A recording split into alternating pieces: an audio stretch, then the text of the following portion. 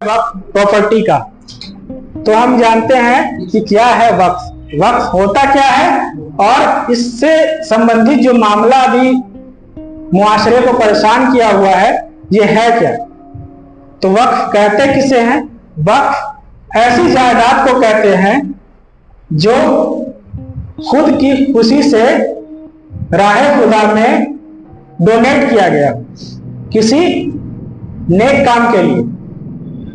ये किसी personal use के लिए डोनेट नहीं किया जाता है, ये किया जाता है या तो किसी दीनी इदारे के लिए या किसी चैरिटी के लिए वक्फ किया जाता है।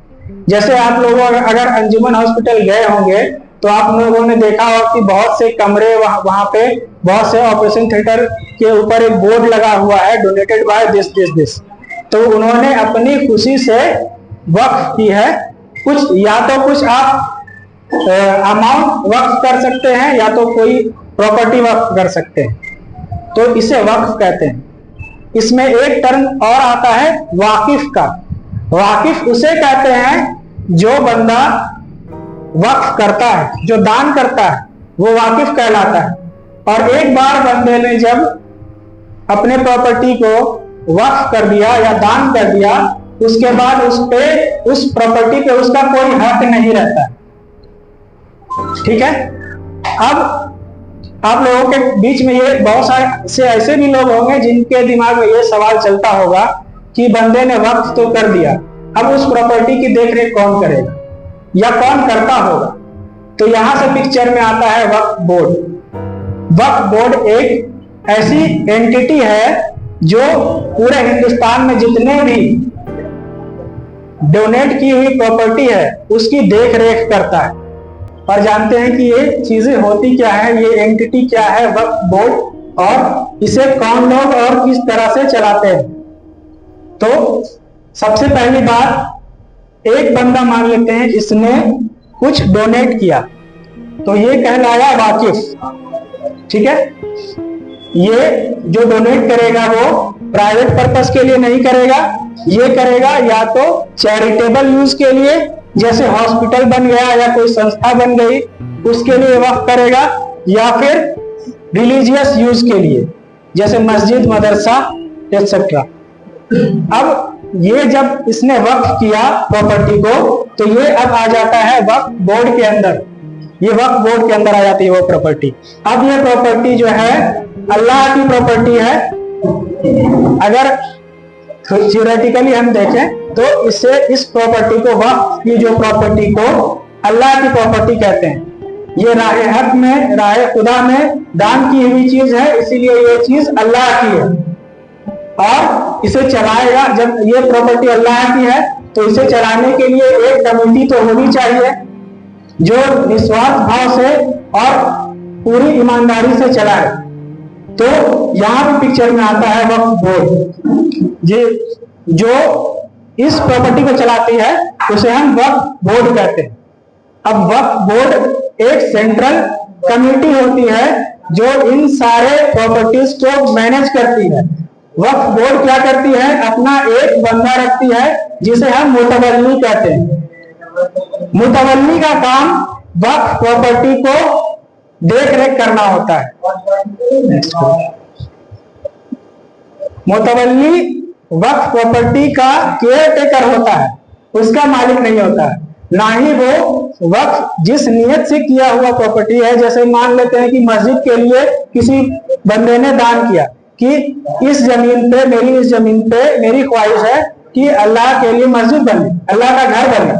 तो मुतवल्ली का काम यह है कि उस प्रॉपर्टी को देख रेख करे, मस्जिद का तामीरी काम किस तरह से हो ये वो देखे, मस्जिद बनने के बाद किस तरह से मस्जिद सही सुचारू रूप से चले, ये बस देखना है उसका काम। ना ही वो उसके प्रॉपर्टी को नेचर को चेंज कर सकता है, जैसे कि ये प्रॉपर्टी मस्जिद के लिए दान की गई है तो वो अपने पर्सनल यूज के लिए वहां पे घर नहीं बना सकता है, ना ही कोई दुकान बना सकता है। वो प्रॉपर्टी सिर्फ मस्जिद के लिए ही यूज की जा सकती है। और दूसरी चीज है कि मुतवल्ली उसे बेच भी नहीं सकता है। मुतवल्ली जो है, वो जो मुतवल्ली का पोस्ट होता है वो सिर्फ एज ए केयर टेकर का होता है।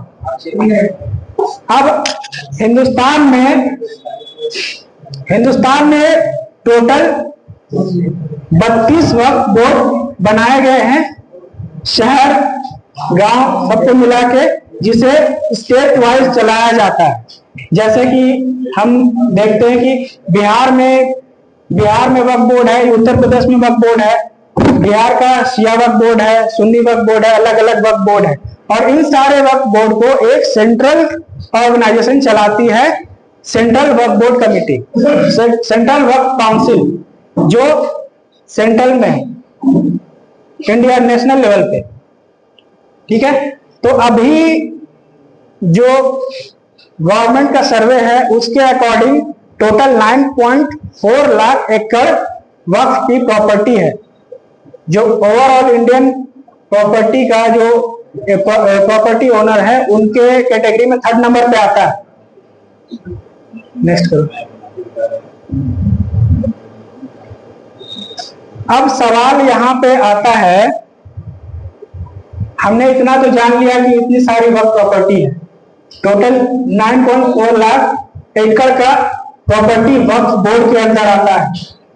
तो हमारे माइंड में ये सवाल तो जरूर चलता होगा, इतना सारा प्रॉपर्टी है, जाहिर सी बात है बहुत ज्यादा रेवेन्यू जनरेट होता होगा, लेकिन मौजूदा हालात में मुसलमान किस हाल में है, जरा इस बात पे गौर फिक्र करें कि क्या वक्फ बोर्ड से मुसलमानों को फायदा हो रहा है, क्या कौन सी ऐसी चूक रह गई जिसकी वजह से ये हो रहा है।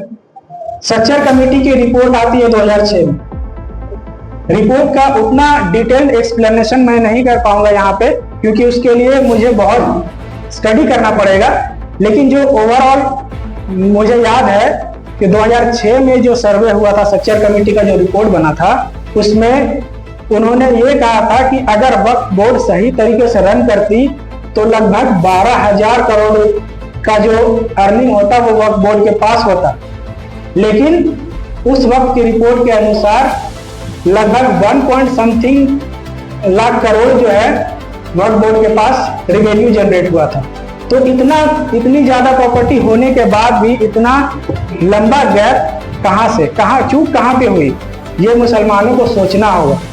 हम अपने घरों में अपने अपने कामों में मशरूफ हैं, पहले तो मशरूफ थे, अभी सरकार ने हमें मशरूफ कर दिया है कि हर 4 महीना 6 महीना में हम लोग बस दौड़ लगाते हैं सरकारी दफ्तरों का कि हमें ये डॉक्यूमेंट ठीक करना है, हमें ये डॉक्यूमेंट ठीक करना है। अरे बंदा, खुद का हम लोग अपने मुस्तकबिल के बारे में कब सोचेंगे, जब तक हम लोग अपना डॉक्यूमेंट ठीक करने के चक्कर में अगर हम परेशान ही रहेंगे, तो हम रोजमर्रा की जिंदगी में परेशान रहेंगे, तो हम अपना मुस्तकबिल कब सोचेंगे।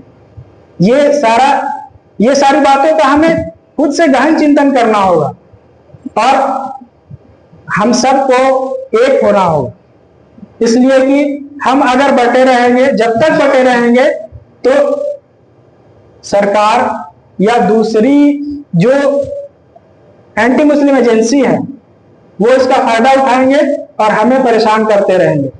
लोग कहते हैं ना, बड़े बुजुर्गों का कहना है कि शैतान जो है जान नहीं लेता है, परेशान कर देता है। तो शैतान पहले तो इनविजिबल था, अब जो है इन सारे लोगों की तरफ से ये फ्रंट फुट में आके खेल रहा है हमारे साथ। तो ये हम लोगों का काम है कि हम किस तरह से बेदार हों और जितनी जल्द से जल्द हो सके हम इत्तेहाद कायम करें। अब हम आते हैं वक्फ एक्ट के तरफ। वक्फ एक्ट होता क्या है? वक्फ बोर्ड बन गया, इसको लोग चला रहे हैं, लेकिन किसी भी संस्था को या किसी मुल्क को, किसी राज्य को चलाने के लिए कुछ सेट ऑफ प्रोटोकॉल्स होते हैं, कुछ सेट ऑफ रूल्स होते हैं। जब तक हम उसको फॉलो नहीं करेंगे तब तक के कोई भी ऑर्गेनाइजेशन नहीं चल सकता। इसलिए वक्फ बोर्ड का और वक्फ एक्ट का गठन हुआ। तो बहुत हिस्ट्री में अगर हम जाएं तो सबसे पहले जो वक्फ एक्ट बना वो 1913 में बना, मुसलमानों को संगठित करने के लिए, और उसका नाम था मुस्लिम वक्फ वैलिडेटिंग एक्ट। इसमें हम बहुत ज्यादा डीप में नहीं जाएंगे क्योंकि हमारे पास वक्त की कमी है। उसके बाद हमारा जो अभी मेन मुद्दा है वो है वक्फ एक्ट 2025। तो इससे पहले लगभग 4 वक्फ एक्ट बन चुके हैं। जो पहला 1913 में बना है, दूसरा 1927 में बना है जिसे मुसलमान वक्फ एक्ट कहते हैं, 1954 में बना है एक सेंट्रल वक्फ एक्ट, और जो लास्ट बना था वो 1995 में बना था जिसे हम वक्फ एक्ट 1995 कहते हैं, जिसका अभी अमेंडमेंट होकर के फाइनली उम्मीद बना है। ये उम्मीद हम सोच रहे हैं कि ये उम्मीद कोई मुस्लिम नाम है, लेकिन अगर हम डीपली जाएं कि ये उम्मीद है क्या, तो हमें पता चलेगा कि ये कुछ और नहीं, नया जो वक्फ अमेंडमेंट बिल पास होने के बाद जो एक्ट बना है ये उसका नाम है। क्या है इसका पूरा नाम? United Waqf management empower efficiency and development act, जिसे अगर हम शॉर्ट में लिखें तो उम्मीद कहलाता है। और इसके बिना पे ही वो जो पोर्टल बना है जिसमें हम अपने वक्फ प्रॉपर्टी को रजिस्टर करते हैं वो बना है जिसे उम्मीद पोर्टल कहते हैं। नेक्स्ट करो। हाँ, अब हम आते हैं वक्फ बिल से वक्फ एक्ट बनने तक के सफर को, किस तरह से वक्फ बिल शुरू में पारित किया गया और उसको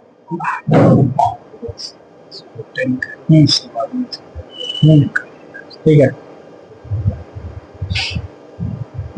तो 8 अगस्त 2024 को किरण रिजिजू जो इंडियन गवर्नमेंट के माइनॉरिटी अफेयर्स के मिनिस्टर है, उन्होंने एक बिल प्रपोज किया 18th लोकसभा के सत्र में, जिसपे उसी दिन एक ज्वाइंट पार्लियामेंट्री कमेटी को वो बिल दे दिया गया उस पर डिस्कशन करने के लिए, गहन चिंतन करने के लिए। और ठीक कुछ दिन बाद 22 अगस्त को इसकी पहली बैठक हुई। उस कमेटी की बैठक होने के बाद अचानक से ये सिलसिला चलता रहा, अपोजिशन का भी सिलसिला चलता रहा, लोग इसके खिलाफ पोस्ट करते रहे, मेल करते रहे, चलता रहा। उसके बाद 4 अप्रैल को 2 बजे सुबह राज्यसभा में यह बिल पास हो जाता है और उसके एक दिन पहले ही लोकसभा में भी ये बिल पास हो जाता है। तो इतनी जल्दी ये बिल पास हो गया। और पास होने के बाद इसमें एक क्लाउज है कि 6 महीने के अंदर अंदर ये जो कॉपी ऊपर दिख रही है, ये जो हाईलाइटेड लाइन है, ये वक्फ एक्ट से लिया गया है। इसमें यह लिखा है कि बिल पास होने के 6 महीना के अंदर अंदर ही हमको अपनी वक्फ प्रॉपर्टी को रजिस्टर कराना पड़ेगा, अदरवाइज इसकी जो वैलिडिटी है वक्फ बोर्ड प्रॉपर्टी की वो इनवैलिड हो जाएगी और इस पे कोई केस भी नहीं कर सकता। तो इतना खतरनाक ये लोग कानून बनाए। अब हम आते हैं उम्मीद पोर्टल पे। अब आते हैं उम्मीद पोर्टल पे कि उम्मीद पोर्टल है क्या। ये जो URL है, ये लिंक है, ये मैं शेयर कर दूंगा। ये उम्मीद पोर्टल का लिंक है। जब आप उम्मीद पोर्टल खोलोगे तो इस तरह से दिखेगा। इसमें एक रजिस्टर का पेज बटन है, इस पे क्लिक करोगे तो आपको जाओ नेक्स्ट करो, ये पेज खुल जाएगा लॉगिन का। पहले तो रजिस्टर का पेज खुलेगा, उसमें लॉगिन का पेज खुलेगा। पहले लॉगिन में यहाँ न्यू वर्क रजिस्टर हेयर करके एक ऑप्शन है, इस पर क्लिक करने से सीधा वो पेज वो फॉर्म खुल जाएगा जिससे हम रजिस्टर करेंगे। और रजिस्टर जो है वो मुतवल्ली करेगा। अगर मुतवल्ली को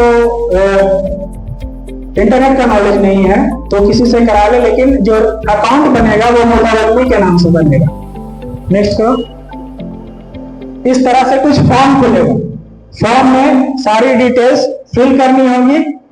तो उसके बाद यहाँ पे एक सेंड OTP का बटन है, उस पर क्लिक करने से OTP आपके मोबाइल में जाएगा। वही OTP आपको यहाँ पे एंटर करना है। उसके बाद यहाँ पे वेरीफाई OTP करना है। बाकी सारा फॉर्म आप लोग जैसे नॉर्मली अकाउंट बनाते हैं, जैसे फेसबुक का अकाउंट बनाते हैं, जीमेल का अकाउंट बनाते हैं, उसी तरह का है। लेकिन बस इसमें थोड़ा सा जो अलग है वो ये है कि OTP जहां पर भी OTP का जिक्र है वहां पे 2 बटन है। तो आपको एक OTP सेंड करने के लिए, दूसरा वेरीफाई करने के लिए यूज होगा। इस तरह से रजिस्टर करके आपको मुतवल्ली का अकाउंट बना लेना है। उसके बाद फिर लॉगिन का प्रोसेस है। लॉगिन करने के बाद सेम जो बैक जाना, यहाँ पे फोन नंबर डालने के बाद गेट OTP आएगा। जब आपने अकाउंट बना लिया तो उसके बाद अकाउंट का जो यूजर नेम है या फोन नंबर इस लॉगिन पेज में जाके यहाँ पे डालिएगा, गेट ओटीपी कीजिएगा तो एक ओटीपी मोबाइल में आएगा आपके, वो ओटीपी यहाँ पे डालना है। फिर यहाँ पे एक कैप्चा दिया रहता है, ये जो 4-5 लेटर होते हैं ये आपको यहाँ पे टाइप करके उसके बाद लॉगिन पे क्लिक करना है। लॉगिन पे जैसे क्लिक करिएगा तो एक स्क्रीन खुलेगा, गूगल क्रोम खोलना।